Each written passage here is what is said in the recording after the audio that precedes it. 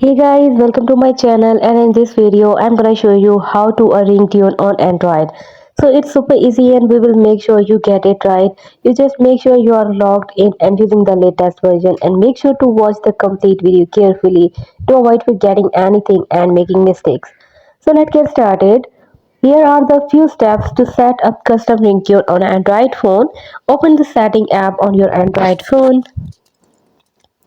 Scroll down and select sounds and vibrations or sound. Tap phone ringtone or ringtone. Here you can see.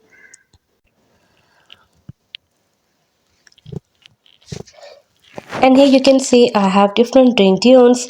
If you're adding custom ringtones, select the audio file from your phone storage or download a ringtone from the internet.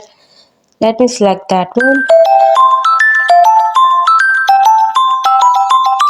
Once you have selected the ringtone, tap save or OK to set it as your default ringtone. Hope you guys like my video. Please consider showing your support by commenting, liking, sharing and subscribing to my channel for more valuable content in the future.